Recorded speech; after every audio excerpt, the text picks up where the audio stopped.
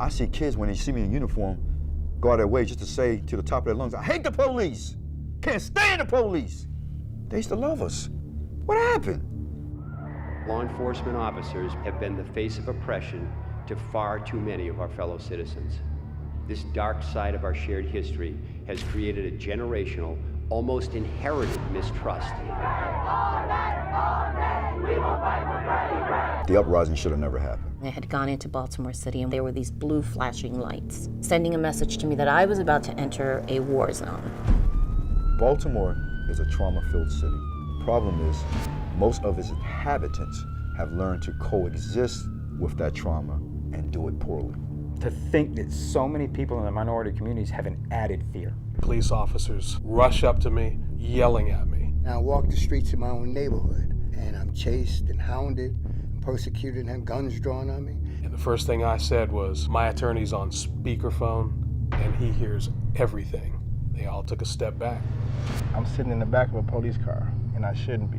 And I'm hearing these officers telling me that it's okay to do these things that are kind of bending the law. You can't look at somebody and tell whether they're good or whether they're bad. That looks like a bad dude, too. Shots fired! Ooh. 321, we have shots fired. We have one suspect down. You know, men and women feeling the need to kill somebody because they frightened them is outrageous. You don't get to just shoot them in the back. The reality is all cards are stacked against me. You can only be resilient for so long.